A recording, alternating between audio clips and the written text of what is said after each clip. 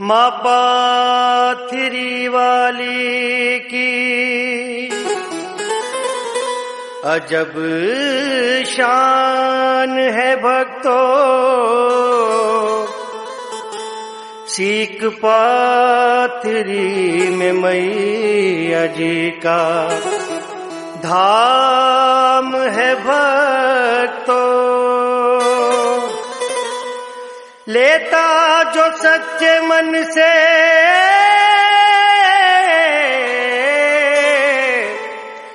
लेता जो सच्चे मन से उसका नाम है भक्तों। माँ करती है आसान सारे काम है भक्तों। माँ पाथरी वाली के भक्तों, माता रानी की कथा आरंभ हो रही है। माता रानी के चरणों में ध्यान लगाइए और एक बार जोर से जयकारा बोलिए। जयकारा माँ पाथरी वाली का, बोल साचे दरबार की जय।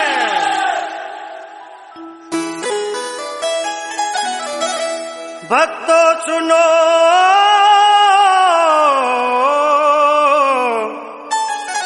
भक्तों सुनो माँ पाथरी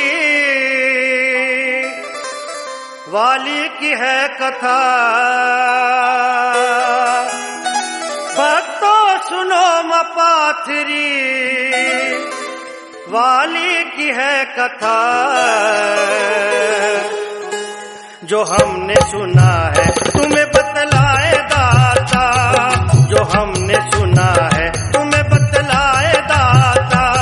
भक्तों सुनो माँ पाथरी वाली की है कथा। भक्तों सुनो माँ पाथरी वाली की है कथा। जो हमने सुना है तुम्हें बतलाए दाता, जो हमने सुना है तुम्हें बतलाए दाता।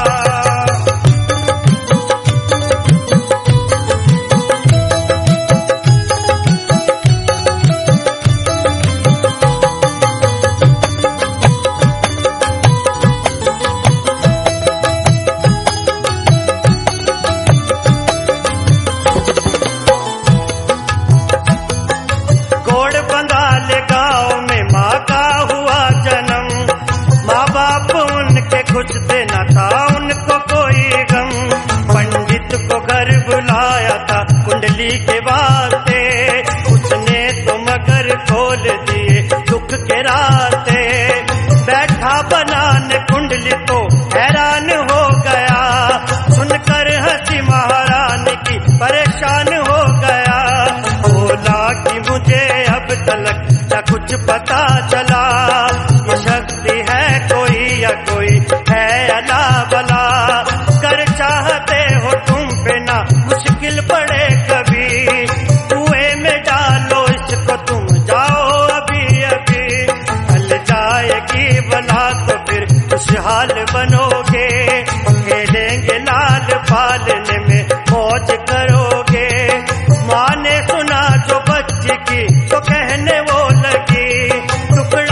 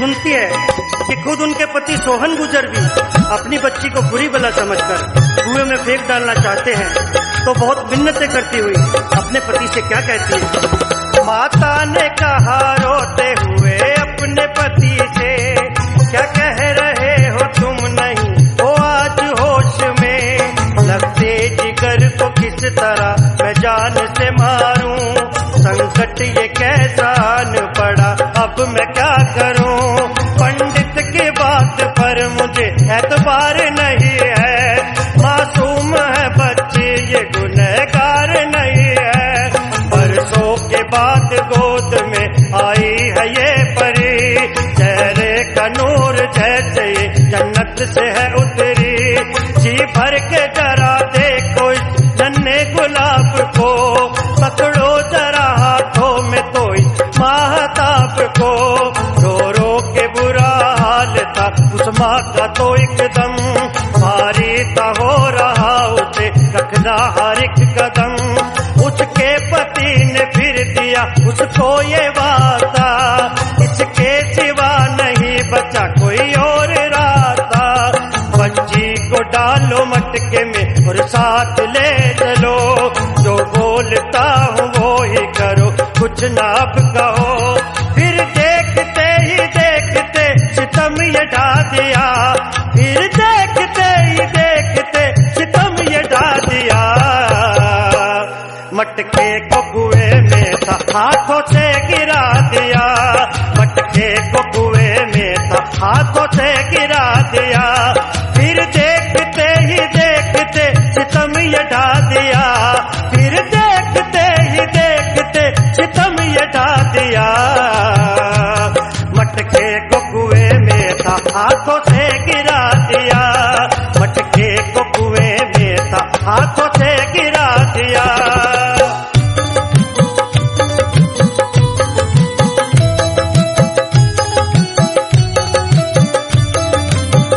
और इस तरह माँ पाथरी वाली के पिता सोहन गुजर ने उन्हें मटके के अंदर डालकर कुएं में फेंक दिया, और माँ पाथरी वाली को जब उस कुएं में कई वर्ष हो गए तो आगे क्या होता है।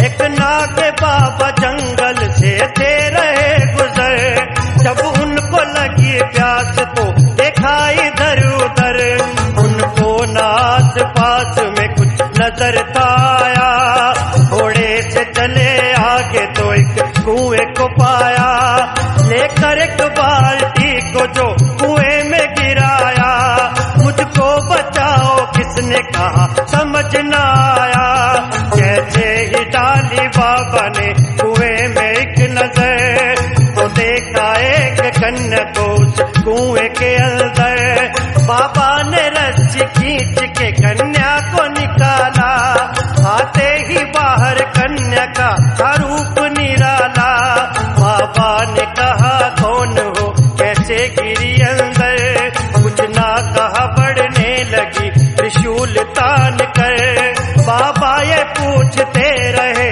तुम कौन हो कहो, माने न कुछ जवाब दिया नागे बाबा को, बाबा समझ गए कि ये शक्ति बहुत है खास, थैले में छोटी सी थी एक डिब्बी उनके पास, बाबा ने अपने थैले से डिब्बी को निकाला, बाबा ने अपने थैले से डिब्बी को निकाला, माँ पाथरी वाली को फिर डिब्बी में डाला, माँ पाथरी वाली को फिर डिब्बी में डाला, बाबा ने अपने थैले से डिब्बी को निकाला, बाबा ने अपने थैले से डिब्बी को निकाला, माँ पाथरी वाली को फिर डिब्बी में डाला, माँ पाथरी वाली को फिर डिब्बी में डाला।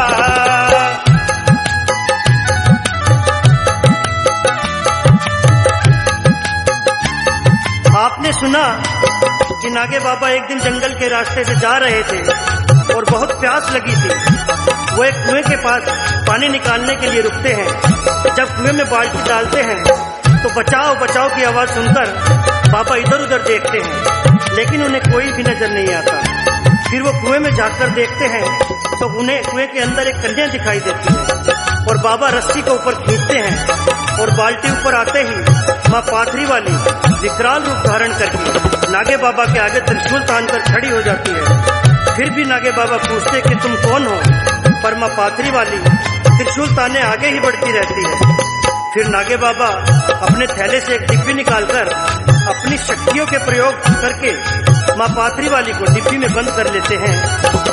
शक्ति स्वरूप मैया को डिब्बी में डाल कर बाबा ने रख लिया उन्हें जटाओं के अंदर। फिर चल पड़े थे बाबा वो शक्ति लिए खास, जाकर रमाया धूणा चीख पाथरी के पास। गाँव के कुछ पहाड़ी तेरे वड़ को चरा रहे, बाबा को देख उनको नमन करने आ गए। बाबा ने खोली आंख तो कुछ लोगों को पाया, फिर प्यार से उन सबको अपने पास बिठाया। बाबा है तब रहे वहाँ सब जान गए थे, बाबा है करामाती सब मान गए थे। एक रोज नथु वाल्मीकि पर पड़ी नजर, बाबा ने उससे पूछा अपने पास बुला कर, मैं देखता हूँ बच्चा कि तुम रोज आते हो, लेकिन तो सबसे पीछे जाके बैठ जाते हो।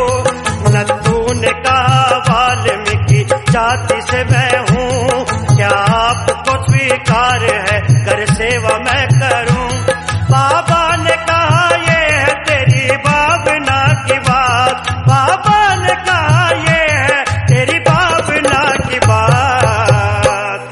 हम तो है साधु संत हम न माने जात पात, हम तो है साधु संत हम न माने जात पात। बाबा ने कहा ये है तेरी भावना की बात, बाबा ने कहा ये है तेरी भावना की बात।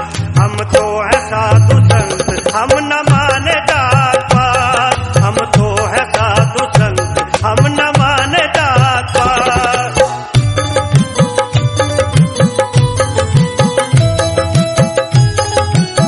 नथु बाबा से कहता है कि मेरी बहुत इच्छा होती है कि मैं आपकी सेवा करूं, लेकिन क्या आप मेरी सेवा स्वीकार करेंगे।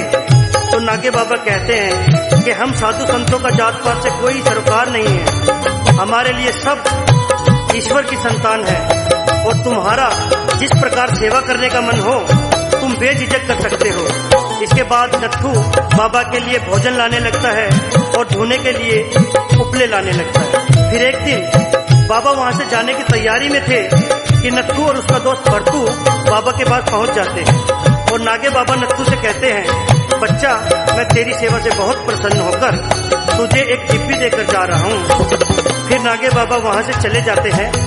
नथु को एक रोज ये ख्याल आ गया, देखूं जरा मैं खोल के बाबा ने क्या दिया।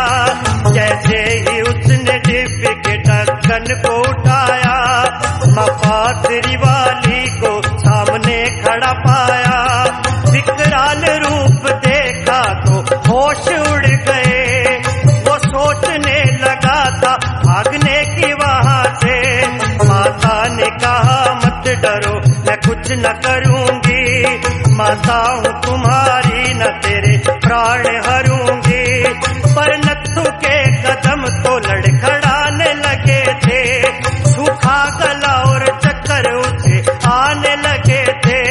फिर किसी तरह उसने हिम्मत को समेटा और मन ही मन ये कहने लगा भाग लो बेटा, अगर हाथ आ गए तो तेरा हाल क्या होगा। उसने न देखा मुड़ के वो तो भागने लगा, बोली महाशक्ति के घबराओ नहीं तुम, मिल जाएगी सब खुशियाँ ना होगा कोई गम। मैया ने कहा बात जो तुम मान जाओगे, मैया ने कहा बात जो तुम मान जाओगे। बाकी की जिंदगी में बड़ा चैन पाओगे,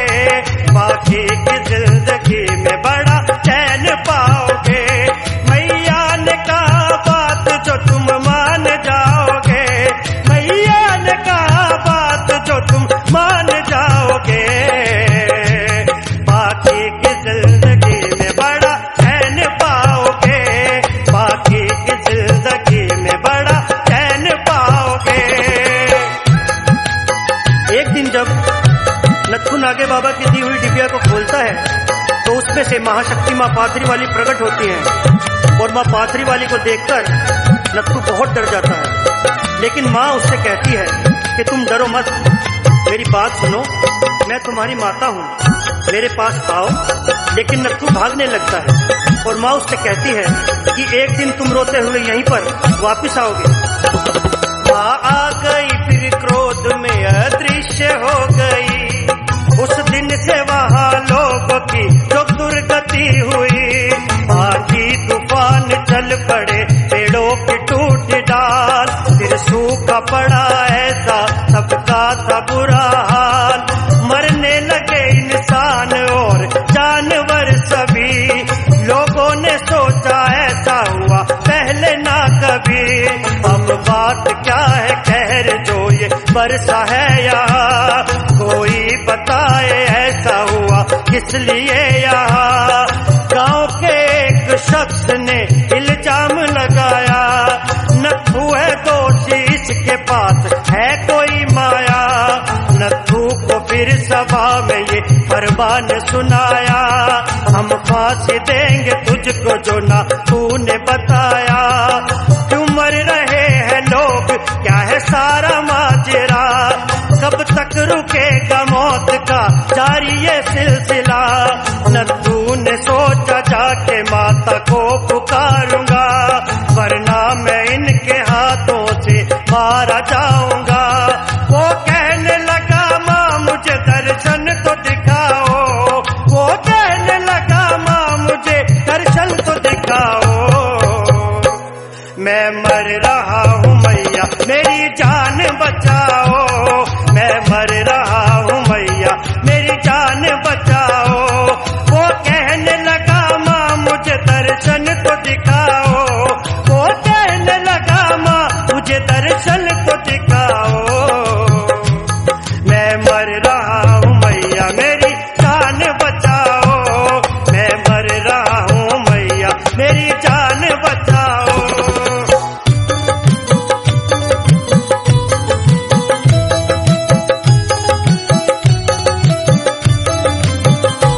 नत्थू रोता हुआ उस स्थान पर पहुंचता है जहां माँ उससे बात करती है, उसे रोकती है और अदृश्य होने से पहले उसे कहती है कि नत्थू एक दिन तू वापस यहीं पर आकर मुझे पुकारेगा। और वो दिन आ जाता है। नत्थू रोता रोता माँ को पुकारता है और माँ पाथरी वाली प्रकट होकर पूछती है, नत्थू बोल क्या बात है, क्यों मुझे पुकार रहा है। नत्थू कहता है, हे माता, गांव में नर नारी बच्चे बूढ़े और पशु सभी मर रहे हैं। शमशान में चिता ठंडी होने से पहले ही दूसरी चिता जल जाती है और गांव वाले मुझ पर शक कर रहे हैं। मुझ पर यह इल्जाम लगाया है कि इन सारी मौतों का जिम्मेदार मैं हूँ और अगर 24 घंटे में लोगों का मरना नहीं रुका तो वो मुझे फांसी पर चढ़ा देंगे। मुझे इस संकट से उभारो माँ, मेरी जान बचाओ। और माता उससे कहती है, मैं सब ठीक कर दूंगी, लेकिन इन सब जीवों के बदले मैं तुम्हें जीव देना पड़ेगा। नत्थू कहता है, ठीक है माता, पर मेरी जान बचाओ। और माँ सब कुछ ठीक कर देती है। फिर एक दिन नत्थू माँ के पास जाकर माँ से कहता है कि हे माता, मेरे पास जितने पशु थे सारे समाप्त हो चुके हैं। माँ पाथरी वाली नत्थू से कहती है कि कोई बात नहीं नत्थू, मैं अब 6 महीने में तुझसे भेंट लिया करूंगी। इसके बाद माँ उसे कुछ पशुओं का नया रेवड़ देकर कहती है कि ये आज से सारे पशु तुम्हारे हैं और जाओ खुश रहो। नत्थू था एक रोज अपना काम कर रहा, तो उसके दोस्त भरतू ने आकर उसे कहा, पशुओं का जो मालिक है अपने गाँव है आया, और साथ में वो अपने पुलिस को भी हिलाया। वो बोला, अब मैं क्या करूं, कुछ तो कहो भाई।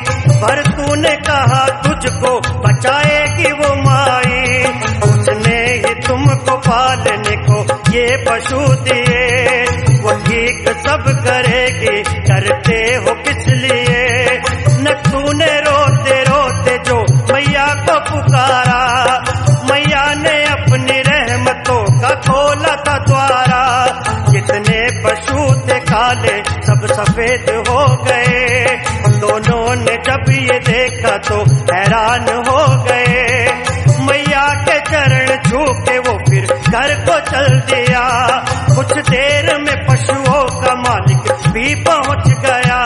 पशुओं को देख उसको निराशा बहुत हुई, उसमें नहीं था एक भी उसका पशु कोई।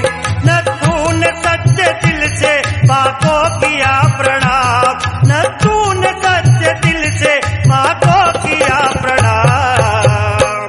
मैया ने उसके कर दिए थे पूरे सारे काम, मैया ने उसके कर दिए थे पूरे सारे काम। नत्थू ने सच्चे दिल से माँ को किया प्रणाम, नत्थू ने सच्चे दिल से माँ को किया प्रणाम। मैया ने उसके कर दिए थे पूरे सारे काम, मैया ने उसके कर दिए थे पूरे सारे काम।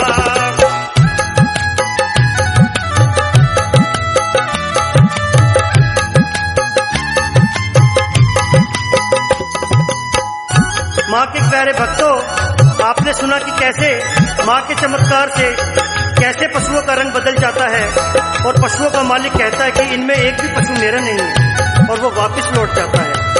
नत्थू एक दिन माँ से कहता है, हे माता, मुझ पर आपने बहुत उपकार किए हैं और एक उपकार और भी कर दो। माँ कहती है कि बोलो नत्थू, क्या चाहते हो? वो कहता है, आप मुझे ये बताइए कि आप हो कौन, मैं आपको किस नाम से पुकारूं और आप हमेशा क्रोधित क्यों रहती हैं? माँ बताती है कि किस तरह उनके माता पिता ने उन्हें किसी पंडित के कहने पर जीते जी ही कुएं में डाल दिया था, इसलिए माँ हमेशा क्रोधित रहती है। और अपने बारे में आगे क्या बताती है?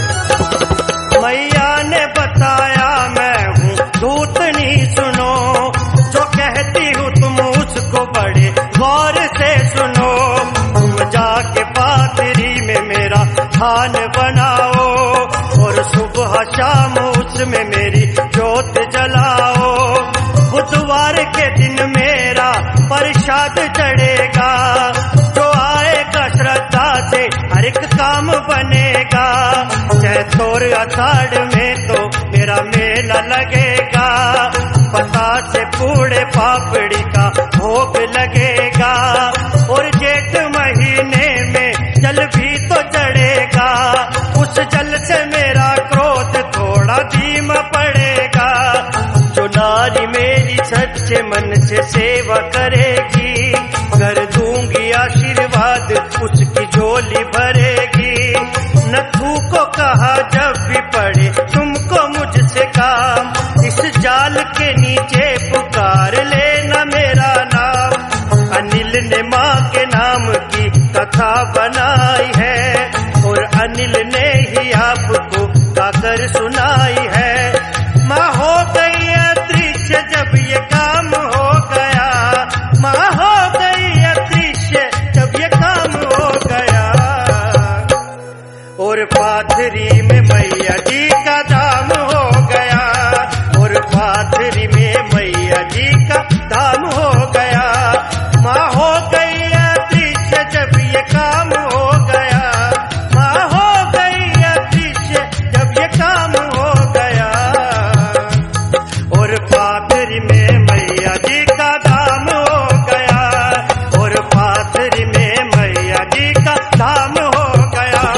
भक्तों सुनो माँ पाथरी वाली की है कथा, भक्तों सुनो माँ पाथरी वाली की है कथा।